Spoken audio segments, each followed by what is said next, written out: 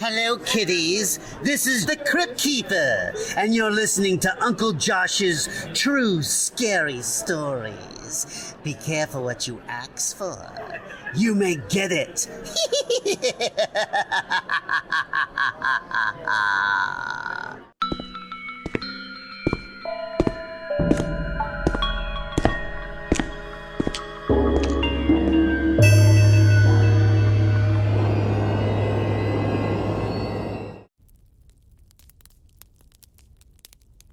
Crazy 4th of July, submitted by Flickfeather. My parents had a summer place on a lake in North Carolina when I was growing up, and now my brother and I still share it. It's a waterfront house with a dock. I remember when we built it back in 1988. Every summer we went down there every weekend, and for 2 weeks in the summer as a family. Usually for the 4th of July, as everyone would go out on their boats all day and then back out in the evening to watch the fireworks that were shot off by the local fire department / police benevolent league. It was always a good time out there, and we got to bring our friends down too. Lots of fishing, water skiing, and tubing. The bee's knees when we were kids. When I was a junior in college and home for the summer, we still spent time down there, but my parents were also busy traveling on their own. So my brother and I were often out there with just our friends. My parents were cool with us being out there, but they had strict rules about what was allowed and what wasn't, and we never really strayed from that. In 1993, the 4th was coming up and my parents were going to be in Paris. My brother and I got permission to have people down for the weekend, and it was a long one as the 4th was on a Sunday and most of us had off from our summer jobs the following Monday. My dad said we could invite 10 people, absolutely no more. So it was 5 couples, including our girlfriends. Our planning started in June, and we mapped out a super fun weekend. My brother Joe and I got there on Friday night with our girlfriends, Lindsay and Kara, and our pals were coming down the following day. We spent the next morning getting the boat ready. We had a 42-foot bayliner, but borrowed our neighbor's smaller one for skiing and stuff, as ours was more for cruising and just hanging out. Our neighbors were really cool, and we allowed each family to borrow each other's stuff like that. They were an older couple my parents' age who weren't always at the lake and wanted someone using their boat so it didn't just sit. It would become a lifesaver later on. We had planned to hang out in the sun and do goofy things that I really like to do, like play croquet, bocce, and badminton. I'm now in my 50s and live in Florida and actually play in a croquet league. I know, I'm a nerd. But it was just going to be 2 days of swimming, chilling, enjoying a cocktail or 7, and celebrating the 4th. Everyone arrived around noon and got situated in the house, with some claiming bedrooms over others, causing the usual 20-something fights over who got what. It was a melee between the guys, and everyone was laughing already. The weekend looked solid. Not long after that, we all decided to go out on the boat to a spot on the lake where people anchored and then just partied their asses off. People brought tons of food and beer and swam to a shallow part of the water, carrying stuff in coolers and waterproof bags. We had to moor a little farther out as the boat I was driving was pretty big. But smaller boats were anchored closer to shore, and everyone gave up spots on their vessels for other people to put their stuff in. Just imagine like 40 people all hanging out in the water, listening to music and getting crazy, throwing a football, swimming, that kind of thing. We stayed there until around 5 or so, and then the party broke up with everyone heading back to their places. These 2 guys, I'll call Mutt and Jeff, were pretty cool, but they had stayed after their party had left, which I immediately thought was odd, but whatever. That's all they told us. They asked me if I could give them a ride back to the place they were staying, and I said, what the hell, it was on the way back to the house. I will say this, I drank a lot back then, but when it came to the boat and driving it, I never had more than a couple and stopped well before getting behind the wheel. Our lake is big, and it's heavily patrolled by sheriffs, especially on holiday weekends. Sure enough, on the way back, we got tagged and had to do the whole boat safety check. No problem. I was sober, and we had all the right gear. But I did notice that Mutt and Jeff seemed on edge for some reason. This was just a standard check, and the sheriffs were cool and told us to stay safe.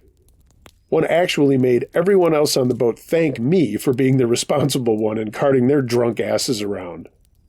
It was funny. But Mutt and Jeff didn't laugh.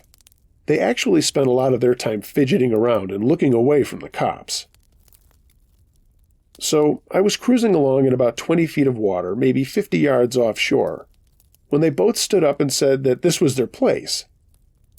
I looked around and saw no houses or cabins and said, "Are you sure?" And they said, "Yeah, we're tent camping on a friend's property." Mind you, most people with boats had docks or slips at public or private spots. But there was nothing where they said their place was. And the boat that they said they came on was nowhere to be found. Before I could say anything, they just jumped over the side while I was still driving at about 18 knots, which for those that don't know is about 20 miles per hour. But splash, they were over, and after a second they started swimming to shore. My friend Pete said, "Holy shit, what was that?" And I slowed down. He called out to them, but one of them just yelled, "We're good, thanks," and they started swimming towards shore. Everyone looked at each other like, what the hell was that?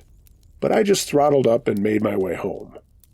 It was quite the conversation about how they just jumped over, and another friend, Randy, said, "Anybody else notice they were squirrely when the cops were checking us out?" Everybody did agree, but what were we going to do? Freaking goofballs. I got the boat secured and everyone got off and headed inside to get cleaned up for dinner and a bonfire. My brother and I, with our girlfriends, started busting out stuff for dinner, and the beer began to really flow. People were playing croquet and laughing. I mean, it was a stupidly epic party weekend, and it was now more than underway. Later, when we were having a big fire, Van Halen on the CD player, s'mores and beers, everyone was having a riot, until one of the girls said, "Hey, who is that?" and pointed to the tree line between our property and my neighbor's. I looked over automatically thinking it was my neighbor's, but then I remembered they weren't going to be there for the 4th. I didn't see anyone, and her boyfriend Alex said it was probably just someone cutting through, which was possible. There were houses across the road from our place. I didn't give it another thought. The night went on, and everyone was pretty lit by that time. We let the fire burn down, and then we all went inside to crash or watch TV. People started going to bed, and me and Lindsay started doing a drunken cleanup of everything. At one point, she stopped and looked out the window onto our yard down to the water and said, "Babe, I think there are people out in the yard." Thinking it was our friends maybe going for a walk in the starlight, I brushed it off. Bad move. When everyone had crashed, we went into my room and had some intimate time, when I heard a crash in the kitchen. I got up to see what idiot friend had broken something, but no one was there. It was just a broken dish that we kept keys and stuff in on the floor. But when I looked up, I saw that the back door was open, and I got a bad feeling. Pete had come out too, and most everyone else was passed out. We checked around for the keys to our vehicles in the boat, but everything was accounted for. I thought I had locked the door, but maybe I hadn't. Either way, someone had come in and rummaged around through stuff. I locked the door and said I'd call the sheriff in the morning and report what had happened, and that's what I did. When they learned that nothing had been taken, they said they'd file the report, but to follow up if anything else happened. They were having a really busy day. I mean, it was the 4th of July. So our day kicked off with a swim off the dock, some morning beers and wine coolers, a makeshift brunch, and then our planning for the day. We were going to take our neighbor's boat out for some water skiing and tubing while the others just kicked it on the dock or in the yard. And then, out of nowhere, Mutt and Jeff showed up while I was grilling lunch. They came down the driveway and said, "Hey," and I looked at them for a minute. I said back, "Hey, how did you find this place?" I was trying to be cool, but was kind of annoyed.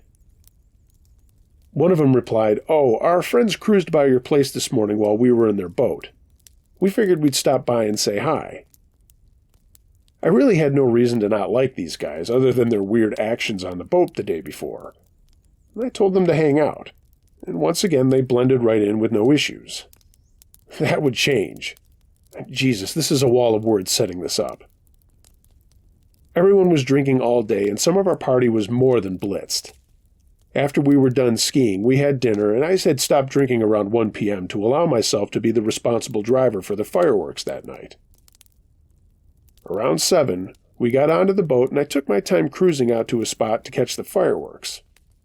The show was awesome, and then we made our way back home for another bonfire and some fireworks that a friend had brought with him. Around 11, things got weird. Mutt and Jeff kept going in the house for extensive periods of time, and my brother finally ended up following them each time they went in there to see what they were up to. And each time they played it off as just getting more beer or going to the bathroom. My other friends were shooting off our fireworks when I heard someone down at the boat. I went down in the darkness and listened. I heard whispers of, "What the fuck? I don't know. It won't start." And, "Hurry up, asshole." We had 3 big lights on the dock up on posts with a switch at the start of the dock. I flipped them on and saw Mutt and Jeff in the boat, obviously trying to start it. "What the fuck are you doing?" I said. And Mutt and Jeff looked at me and smiled. "You're going to tell us how to start this right now." "Fuck that," I said. And a voice behind me said, "No, fuck you." I turned to see 2 huge guys right behind me. One of them said, "Get in the boat and start it." He had a knife, and the other guy had what I thought was a .45. He looked at me one more time and said, "Not a sound, dipshit. Just get in the boat."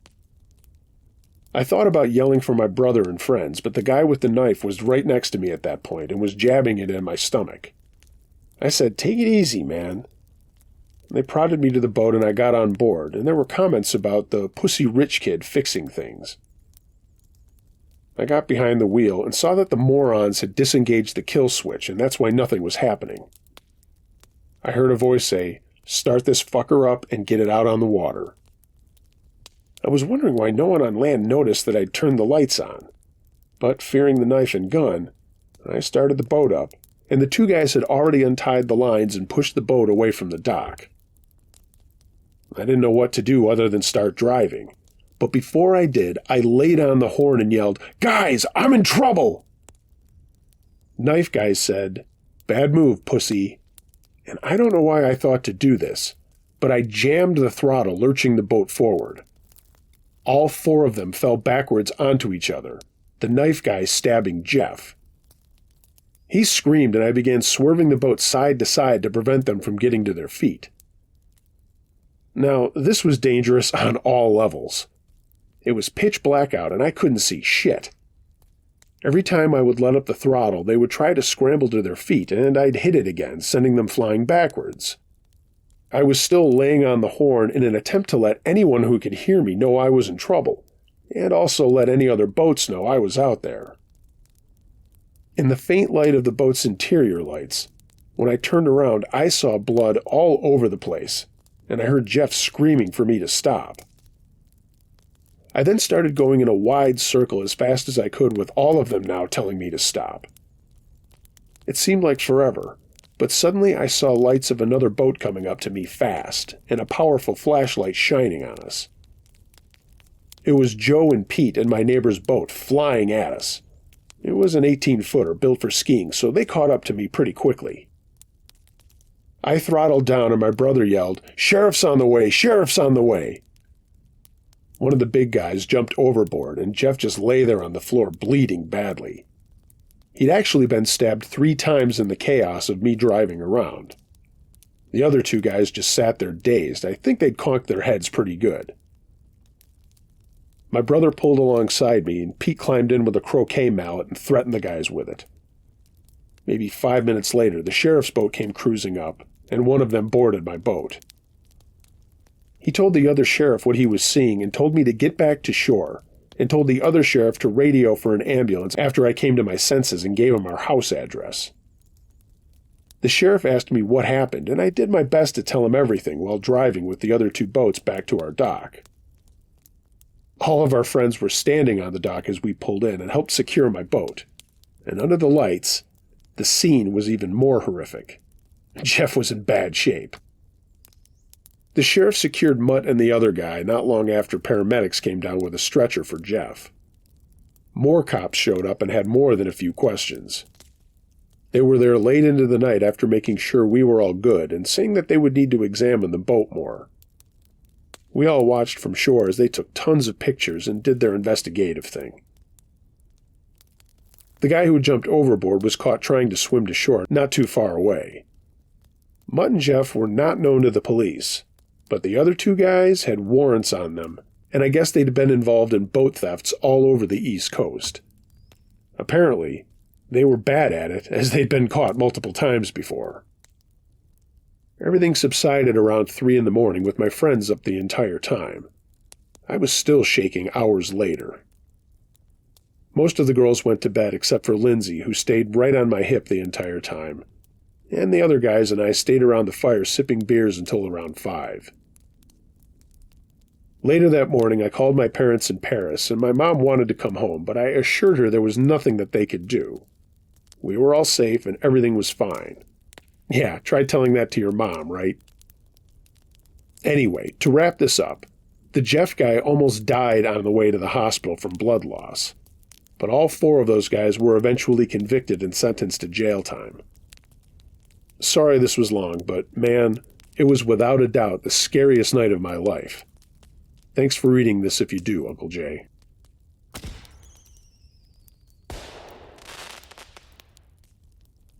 The Missing Kids by I Don't Know What's Up. Most of the time around July 4th when I was a kid, I was home with my family and friends. But one year, the normal summer camp that I went to between the ages of 10 and 13 had been moved up a year. I don't know why, don't ask, but that week ended up being the same week of the 4th of July. I loved that camp, but I also loved spending the 4th in my town with my buddies. But I did get over it pretty quick because my 2 friends Kevin and Ray were going to be at camp with me, and we knew we would make the best of it. As I mentioned, this story happened while we were there. I should mention that this happened in 1985. We'd all gotten into camp and settled into our cabins with our counselors and our counselors in training, or CITs.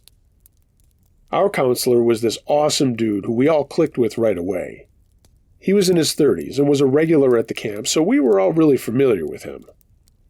The CIT was a guy about 17 years old that none of us had ever met before.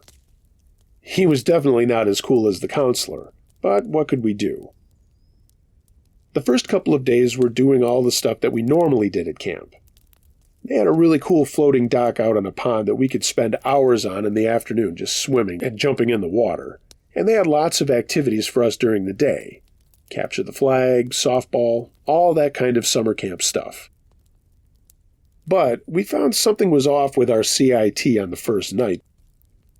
Campers in the cabins ranged from ages 7 to 13, so we did have some younger guys in the mix. 2 of them, I think they were 7 or 8. We found out that evening they were pretty scared of the dark and a little homesick already. They were also a little wigged out by being way out in the woods. I mean, they were city slickers 100%, but they were really nice kids. After lights out that night, I heard one of them crying. I mean, he was really spooked, and the counselor went over to his bunk bed and started talking to him softly. After a while, we heard the kid giggle a little bit, and the counselor said, "You're safe, little buddy, don't worry. Try to get some sleep." And that was the end of it. The next day was just another fun day, but again I noticed the CIT we had was kind of jerky to other campers not in our cabin. He was supposed to be leading a game of softball and got really mad at one of the young girls who couldn't really hit the ball, and on one occasion made the mistake of throwing the bat. He went through the roof that she had thrown it, and was literally screaming in her face until she burst into tears. Another CIT stepped in and told him to cool it, and then walked the little girl away from our group to get her to calm down. There were also 2 female CITs who pulled the jerk aside. We couldn't hear what they were talking about, but we knew they were reading him the riot act. That night after our group campfire, one of the guys that was afraid of the dark was talking about how he had been up the entire night before, terrified. I mean, he really was scared. A few of us older guys kind of chummed in with him and told him not to worry about it, that we were all there to protect one another. And plus, there was nothing out in the woods except for raccoons and squirrels. Nothing out there to hurt him. When it was lights out, both he and the kid from the first night were really upset and started crying again not long after we were trying to go to sleep. This was counselor night out, so the CIT was the one in charge. And again, we saw him lose his shit, and instead of talking the kids through their fears, he flicked on the lights and started yelling at them. He then told us that we needed to get them to calm down and settle, and started calling them fairies and fags, and that they were ruining the camp experience for us. I grew up with a really hot temper and a smart mouth, and told him that he needed to knock it off and just let the kids try to go to sleep. I think I said something like, "If you're not man enough to do your job, I'll do it for you." He got really mad and ran right up into my face. I was on the top bunk. He said something like, "What are you going to do, you little shit? Go ahead, take a swing at me, I dare you." Everyone was taken aback. What the hell was wrong with this guy? If he didn't like little kids, why the hell was he working at a summer camp? Thankfully, we heard footsteps coming down the pathway to our cabin, and the door opened. It was our counselor. He had decided not to do the counselor night out and was just coming back to crash with us. At first he asked why the lights were on when lights out was supposed to be a half hour before. None of us said anything, but we all looked at the CIT, and he made up some lame excuse about the two little kids being afraid and keeping the rest of us awake.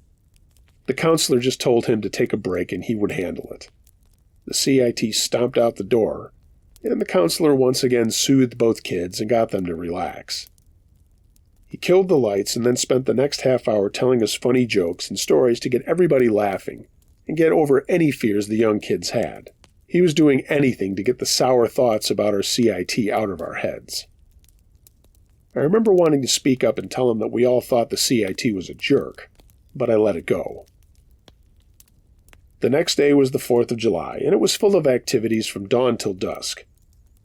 There was going to be a really big bonfire that night with lots of singing and stories, and a really cool evening for young guys and ladies. Everyone had a really great time during the day, and we were all looking forward to the celebration that night, knowing there was going to be a lot of junk food and candy to go around. Sometime in the afternoon, though, during our activities, I noticed that the two younger guys weren't participating in our game of kickball. It was actually a tournament with an unknown prize to be handed out to the winning team at the fire that night. I mentioned that to my two buddies Ray and Kevin, and they said, "Yeah, you're right. Where are those guys?"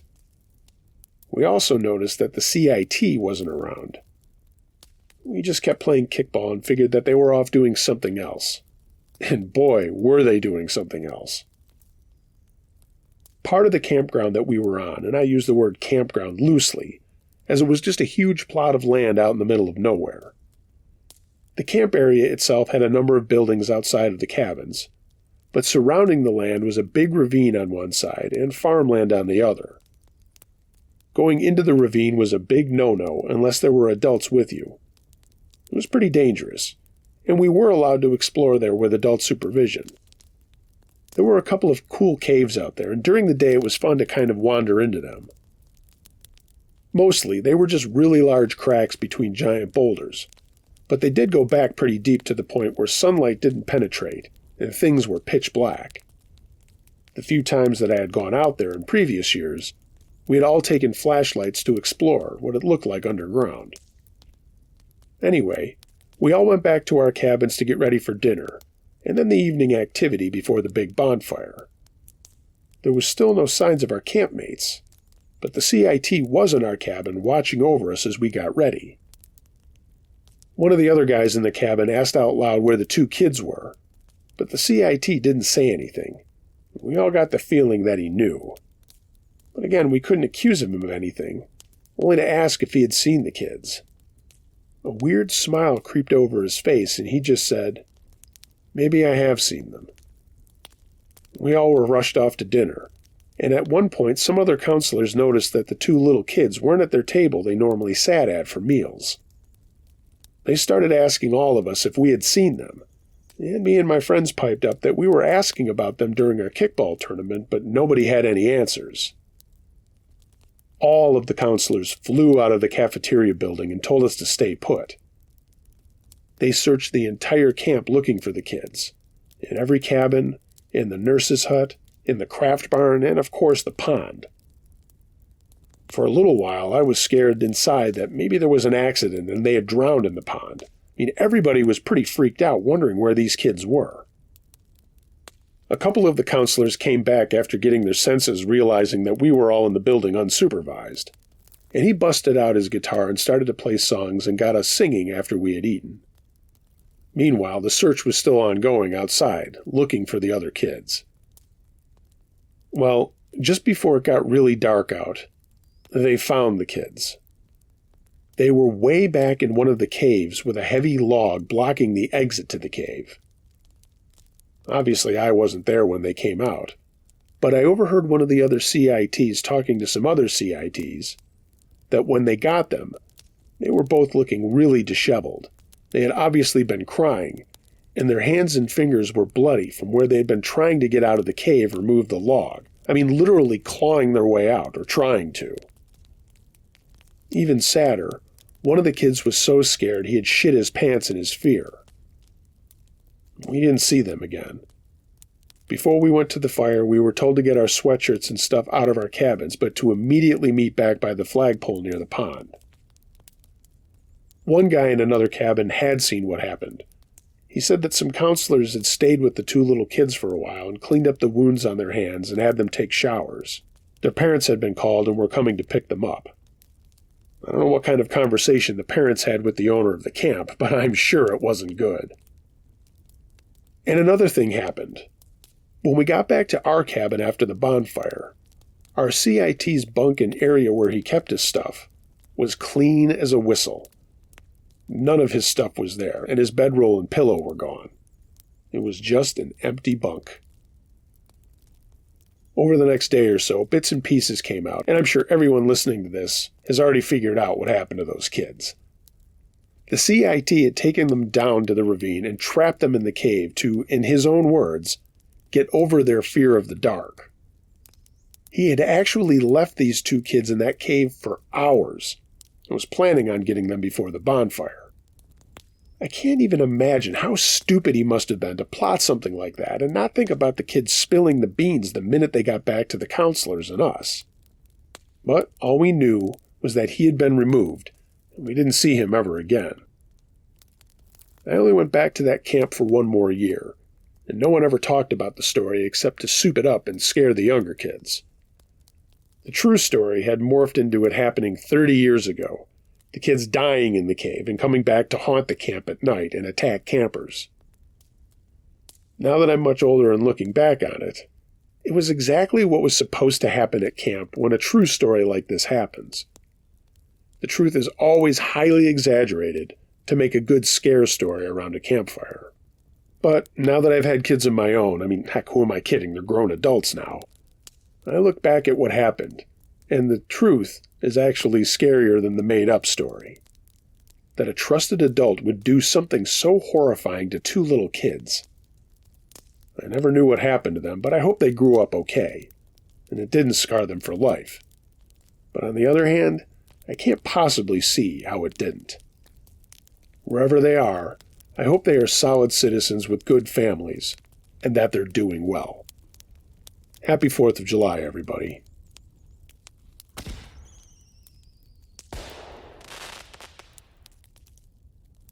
Total Dumbass, submitted by T-Bone. My name's Terry, and I love your podcast. Here's a story from a few years back. I was having a 4th of July party at my house, and I live out in the country, and like 50 people showed up. What started as a gathering of maybe 20 people escalated as friends called friends, and those friends called other friends, and so on.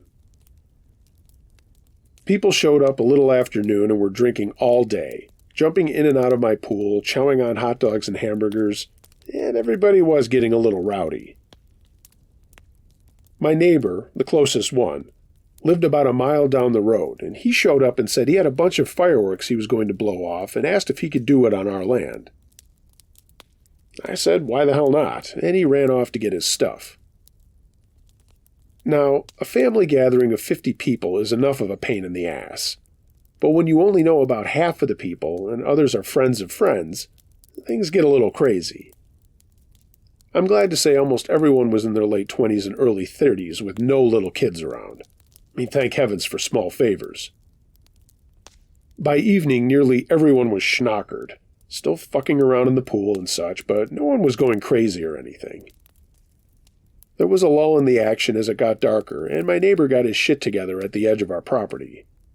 He was stone sober, and I trusted him to do his thing as he'd done this every year for the 4th. His son was there helping him too. Everyone grabbed a spot on the lawn to watch the show, and I killed the blaring music to let everyone know what was up. The first of the mortars went off, and everyone was yelling and having fun watching the works. It went on for about 10 minutes or so, and then my neighbor had a finale that had a lot of M80s or whatever those are. It was deafening, and when the sound died down, everyone cheered and clapped. And then it happened. One of the party guests I didn't know did the unthinkable. Somehow, he had snagged 2 Roman candles from my neighbor and decided to light them and hold on to them. So this drunken asshole had no idea what he was doing, and before anyone could say or do anything, he fired off one and a ball went streaking towards my house and hit the siding. Another ball shot up on the roof and then went into the gutter. There were some dry leaves or something in there and flames started coming out. Nothing huge, but something was burning. As I was seeing that, this shitbrain fired another one and the ball skipped across the ground and hit my friend's wife in the chest and she started screaming. The moron realized what he was doing and then pointed the Roman candle skyward.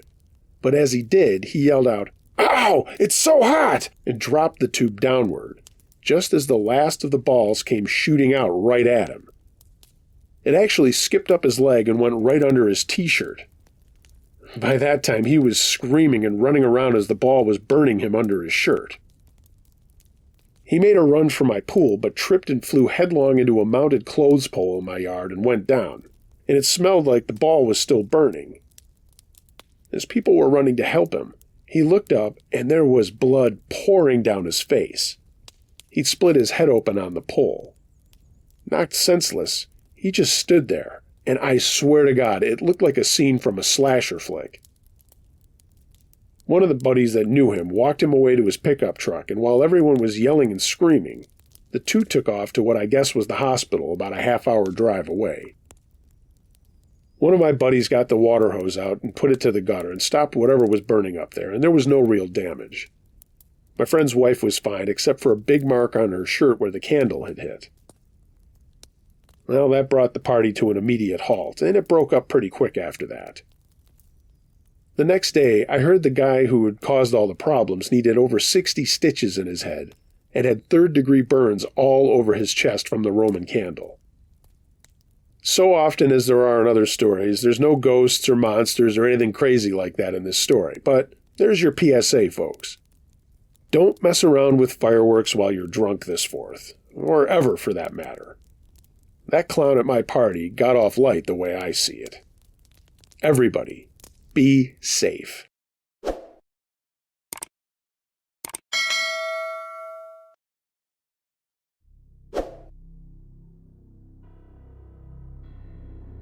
Hey gang, thanks for listening to this episode of Uncle Josh's True Scary Stories. If you have a true scary story of any nature you'd like to hear narrated on my channel or podcast, email it to UncleJoshTrueScaryStories@gmail.com. I read them all. If you haven't already, please like, share, and subscribe to this channel. Follow me on social media, links to that are in the description. And if you'd like to take your support of the channel even further, find a link to my Patreon page and my storefront at tpublic.com. Get yourself some Uncle Josh and Campfire Crew merchandise. Everyone, if you're celebrating the 4th of July, be safe out there. And as always, be excellent to each other. And until next time, be wary of things that go bump in the night. It could be anything. A ghost, a monster, or the guy next door.